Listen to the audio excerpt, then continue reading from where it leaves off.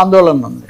ఈ సమయంలో ఎన్నికల సంఘం ఇంత తీవ్రమైన సందేహాలకు అవకాశం ఇవ్వటం మటుకు చాలా దురదృష్టకరంగా ఉంది. సార్ రాహుల్ ప్రియాంకలపై దాడి, గోమూత్ర నిపుణులు ప్రియాంక మాట తప్ప.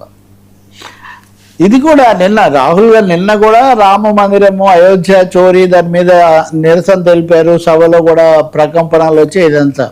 ఆ క్రమంలో ప్రియాంక గాంధీ మాట్లాడుతూ ఐఐటి నిపుణుడు కామకోటి, ఆయన పేరు కామకోటి, ఈ ఎన్టీఏ దాన్ని చక్కదిద్దడము, నేషనల్ టెస్టింగ్ ఏజెన్సీ చక్కదిద్దడం, ఈ విషయాల్లో వచ్చి ఆ ఐఐటి నిపుణుడు, ఆ కామకోటి నిపుణుడు అంటే ఏమి నిపుణుడు? గోమూత్ర నిపుణుడు అన్నాను. గోమూత్ర నిపుణుడు అని తెస్తే గోమూత్ర నిపుణులు వచ్చి ఇట్లాంటివన్నీ చక్కదిద్దగలుగుతారా అని ఆయన ఒక మాట అన్నారు. అంటే వెంటనే గోమూత్ర నిపుణులు అన్నది చాలా అభ్యంతరకరమైన మాట. గోమూత్రాన్ని మీరు తక్కువ చేస్తారా అని ఇవన్నీ. ఇప్పుడు గోమూత్ర నిపుణుడు అంటే తక్కువ చేయడం అని కూడా ఎందుకు అనుకోవాలో నాకు అర్థం కాదు.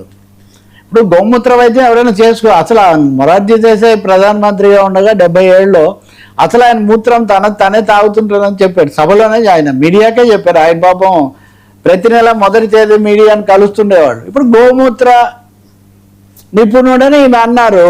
అన్న దాని మీద ఈరోజు 200 మంది సైంటిస్టులు ఓ ప్రకటన. బీజేపీ వాళ్ళ దాడి అదంతా అలా ఉంచి వీళ్ళేంటి సైన్స్ పేరుతో మీరు ప్రతిదాన్ని ప్రశ్నిస్తారా? గతంలో కాదన్నది అనేకం సైన్స్లో తర్వాత రుజువయ్యాయి కదా. అంటే వాళ్ళు చెప్పే ప్రకటనలో ఒకటి ఉంది, ఇప్పుడైతే ఇంకా కాలేదని ఉంది.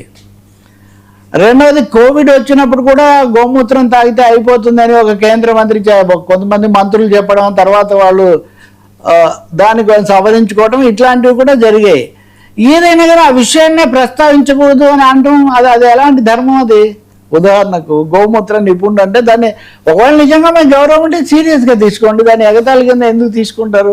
ఇప్పుడు ఉదాహరణకు ప్రధానమంత్రి మోదీ గారు వినాయకుడి విగ్రహాన్ని బట్టి చూస్తే భారతదేశంలో ప్లాస్టిక్ సర్జరీ అప్పటికే ఉందని మనం నమ్మాలి అన్నారు. వినాయకుడిది ప్లాస్టిక్ సర్జరీ అని ఇంకెవరన్నా హేతువాదో నాస్తికుడు అంటే మీరు ఏమంటారు? మహిమాన్వితమైనటువంటి ఆ మూర్తిని మీరు దీంతో పోలుస్తారా లేదని అడుగుతారు కదా. మరి మీ నమ్మకాలు మీవే అనుకున్నప్పుడు వదిలిపెట్టాలి కదా. ఇప్పుడు ఆమె మీద అంటే బహుశా రాబోయే రోజుల్లో ఈ అంశం మీద చాలా ఫోకస్. ఇంకా రెండవది అన్న చెల్లెల్లో రాహుల్ గాంధీ మీద. రాహుల్ గాంధీ అమిత్ షాని అన్నారని ఇందాక మనం చెప్పిందే. ఆయన ఏమన్నారు? నేను ఒక విద్యార్థితో మాట్లాడాను, ఆ విద్యార్థి ఏమో ఈడియట్స్ అనే పదం వాడారు. మనుషుల పేర్లు ఏం వాడలే, జనరల్గా ఈడియట్ అనే పదం ఒకటి వాడాడు. ఈడియట్స్, తర్వాత అంధభక్తులు, ఒక అంధభక్తుడికి ఇంకొక ఈడియట్ దేవుళ్ళ కనపడడం, ఇట్లాంటివి జరగవచ్చు మనం అనే పద్ధతిలో వ్యంగ్యంగా మాట్లాడారు. సో ఇది హక్కులకు భంగకరం, ఇది అవమానించారు, వెంటనే దీని మీద చర్య తీసుకోవాలని ఆయనకు మీద ఒక హక్కుల తీర్మానం, ఆయన మీద ఒక హక్కుల తీర్మానం కూడా ఇస్తున్నారు. అంటే నెమ్మదిగా ఇది. అలాగే ఇంకోటి కూడా ఉంది పార్లమెంట్లో. ఇవన్నీ ఒక బంచ్ ఆఫ్ థింగ్స్ కలిపి చెప్తున్నాను నేను. నిన్న మల్లికార్జున్ ఖర్గే రాజ్యసభలో మాట్లాడుతూ ఈ నిర్బంధాలు, ఈ నీట్ విషయాలన్నీ కూడా చెప్తూ మీరు రాజ్యాంగాన్ని వదిలేసి మనుస్మృతి అని ఇప్పటికే మీరు పాఠాల్లో కూడా పెట్టేశారు మనుస్మృతిని అని కూడా ఆయన ఒక మాట అన్నారు. అంటే మనుస్మృతి అని అంటారా, ఎందుకు పెట్టకూడదు అని బీజేపీ నాయకుడు ఒక ఆయన లేచి ఆయన మాట్లాడారు.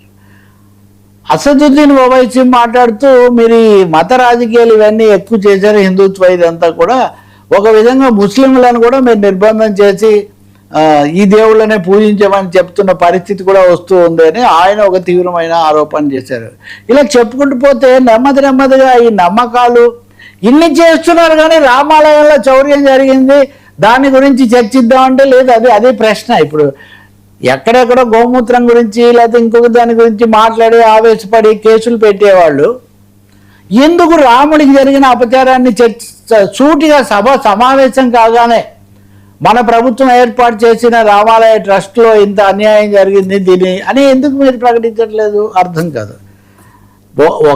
ఒకదానికొకటి దారి తీసినట్టుగా దేశంలో విమర్శ వాతావరణం, అలాగే ప్రభుత్వం చేస్తున్న పొరపాట్లు, ఈ రకరకాల విన్యాసాలు వివాదాలు పెంచుతున్నాయని మటుకు అర్థమవుతుంది.